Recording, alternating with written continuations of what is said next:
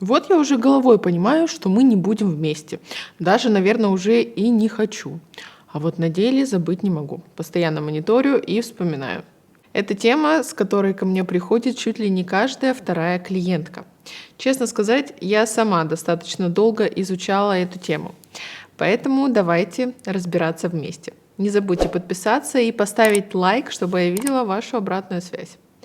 Хочу заранее предупредить о том, что, возможно, это видео будет не очень приятно смотреть, потому что оно откроет глаза на те вещи, которые нашей психике не совсем хотелось бы осознавать.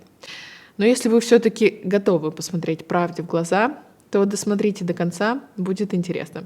Итак, первая причина, по которой я не могу его забыть, это чувства, которые у меня остались. Я имею в виду сейчас не чувство любви, хотя и такой вариант тоже может быть.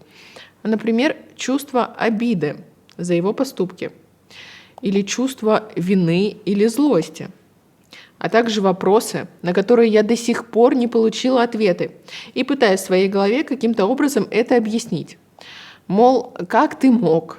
Как так можно было, я не понимаю. А вдруг, если бы я сказала это, то было бы лучше. И так далее по списку. Что нужно делать с этим всем прекрасным багажом? Если вы готовы, то давайте начнем работу.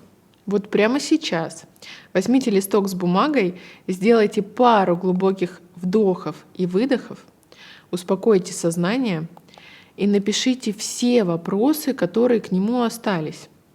Прям не думайте, пишите абсолютно все, что приходит в голову.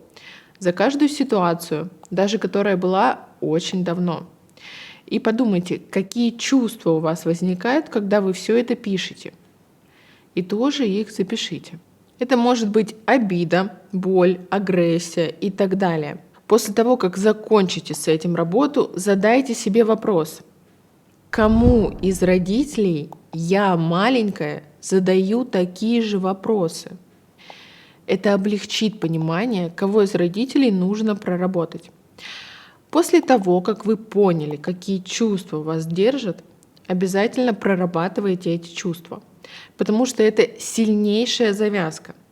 Мы эти эмоции сплетаем с человеком и думаем, что к нему сильно тянет, хотя это просто большой груз непрожитых эмоций. А нам кажется, как будто я его забыть не могу, что он какой-то особенный. Хотя дело именно в этом непроработанном негативе, который мы с человеком сплели. Эти непрожитые чувства и заставляют постоянно думать и вспоминать о нем. Следующий шаг, который нужно сделать для того, чтобы забыть бывшего, это осознать тот факт, что вы расстались. Вот прям прочувствовать это. Я заметила, что многие девушки продолжают в своей голове строить отношения с человеком, вести диалог, разговаривать и так далее. Так вот, знайте, что энергетически вы продолжаете с ним встречаться. И если вы действительно решили расстаться с ним, то нужно поставить точку раз и навсегда. Тем более в своей голове. То есть, даже если он вам пишет, не надеяться, что вдруг он просто меня любит и хочет быть со мной, и мы опять будем вместе. Так не работает. Таким образом, вы всю свою энергию будете сливать туда. И энергетически на месте партнера у вас всегда будет стоять он. И никто другой на это место не придет, потому что оно просто-напросто занято. И перед тем, как мы с вами подойдем к следующему пункту о том, как забыть бывшего, я хочу задать тебе один вопрос. Чем ты займешь свое свободное время, если перестанешь о нем думать, мониторить, страдать, слушать грустные песни и так далее? У тебя освободится тонна времени. Чем бы ты себя заняла в это свободное время, если не мысли о бывшем? Почему тебе выгодно сливать колоссальное количество энергии туда, а не заняться, например, выстраиванием своей новой жизни? Есть такие девушки, которые и до начала отношений с мужчиной особо своей жизнью и не занимались. А потом просто заполнили ее полностью отношениями и мыслями о партнере. Очень удобно.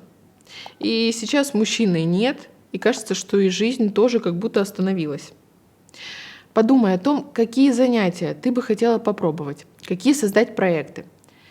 Когда я переживала тяжелое расставание со своим парнем, изначально я ничем не занималась, кроме как рыдала целыми днями, вспоминала моменты, которые нас связывали, и слушала грустные песни.